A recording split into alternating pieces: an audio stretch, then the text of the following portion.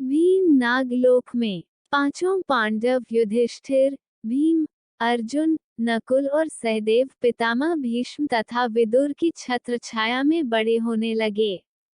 उन पांचों में भीम सर्वाधिक शक्तिशाली थे।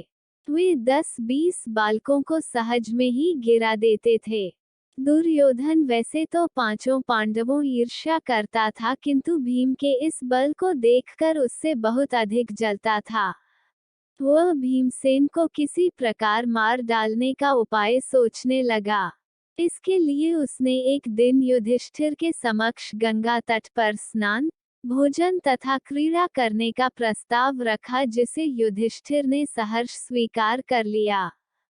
गंगा के तट पर दुर्योधन ने विविध प्रकार के व्यंजन तैयार करवाए।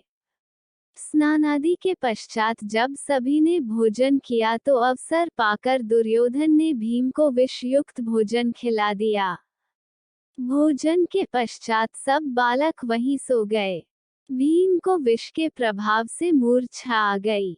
मूर्छित हुए भीम को दुर्योधन ने गंगा में डुबा दिया। मूर्छित अवस्था में ही भीम डूबते उतरते नागलोक में पहुंच गए। वहां पर उन्हें भयंकर विषधर नाग डसने लगे तथा विषधरों के विष के प्रभाव से भीम के शरीर के भीतर का विष नष्ट हो गया और वे सचेतावस्था में आ गए। चेतना लौट आने पर उन्होंने नागों को मारना आरंभ कर दिया और एक के पश्चात एक नाग मरने लगे। भीम के इस विनाश लीला को देखकर कुछ नाग भागकर अपने राजा वासुकी के पास पहुंचे और उन्हें समस्त घटना से अवगत कराया। नागराज वासुकी अपने मंत्री आर्यक के साथ भीम के पास आए।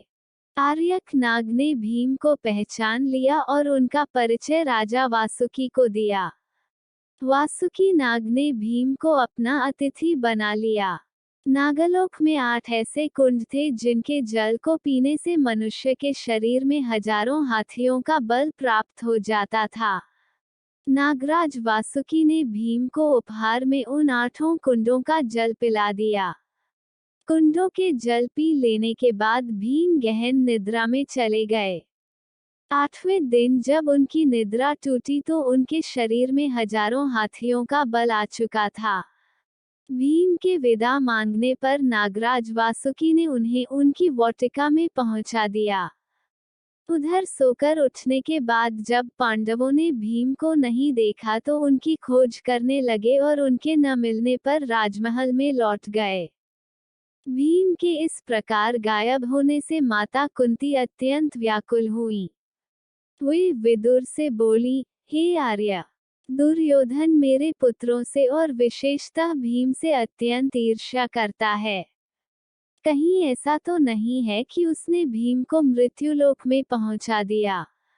उत्तर में विदुर ने कहा, हे देवी, आप चिंतित मत होइए। भीम की जन्मकुंडली के अनुसार वह दीर्घायु है तथा उसे अल्पायु में कोई भी नहीं मार सकता।